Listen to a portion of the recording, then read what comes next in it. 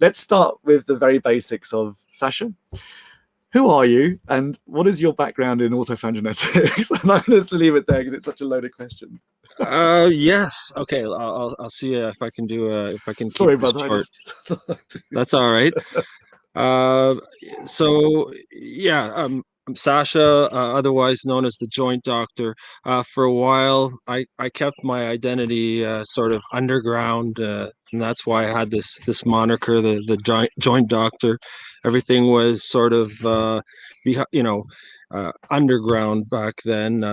In the early Hmm. 2000s, really, when it started to take off, and I came up with the strain and the name Lowryder about 2002, 2003.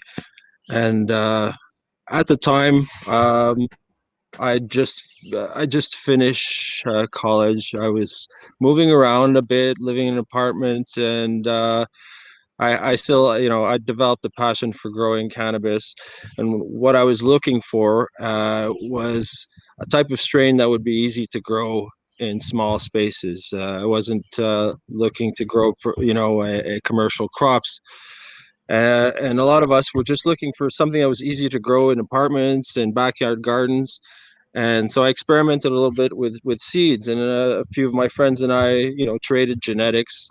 Fast forward to a friend of mine was named Antonio, and he ended up being a mentor of mine. He's a sort of a traveler hippie from he originally from Mexico, brought this strain in called Mexican ruderalis, and it happened to be one of these strains that we were playing with, and we didn't exactly know what we had at the time, but the one thing we did know is Antonio was was the guy to go to in the summer because he always had something to smoke, even in July when everybody else was dry.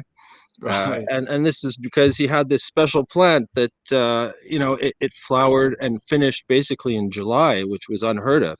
It was a relatively small plant. I mean, it was a couple of feet tall, Okay. and he called it the Mexican ruderalis. The thing about it, it wasn't very strong at all. It had a nice taste, but Yeah. a little disappointing on the buzz side of things. It'll Of tickle, course, but nothing to write home. nothing to write home about. A pleasant smoke, sort of didn't last very long, Okay. but nobody would really complain because we're just happy to have something to smoke. Mm. And so, a little later on, I decided to take some of these seeds I'd gotten from Antonio, and I crossed them with various strains I had that I was playing with in my apartment. And my roommate was also had some strains of his own. So we did a bunch of crosses, and over the next couple generations, I was still moving around. So initially, this was I was in Vancouver, and I actually moved to Regina to take a job in the hemp industry. Another story. But at that point, I was growing in a friend of mine's basement. Name's Dave Strange. I mention his name because he became my photographer, and the pictures he took were instrumental in getting Lowrider out there to the general, cannabis loving public.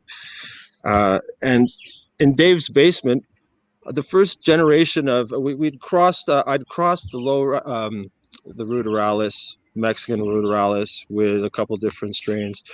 So we had this one cross that I had little tiny little seedlings that were started from seed.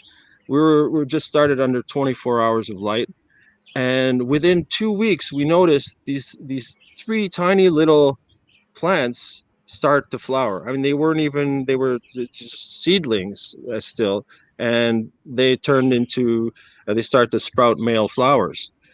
Ah. So, having an eye, Or you were oh, males. Ah, yeah, they were okay. males, three males. And I've always had an eye for things that are a little different, maybe a little weird, uh, things that probably a regular grower or a commercial grower would have just discarded these plants as runts, right?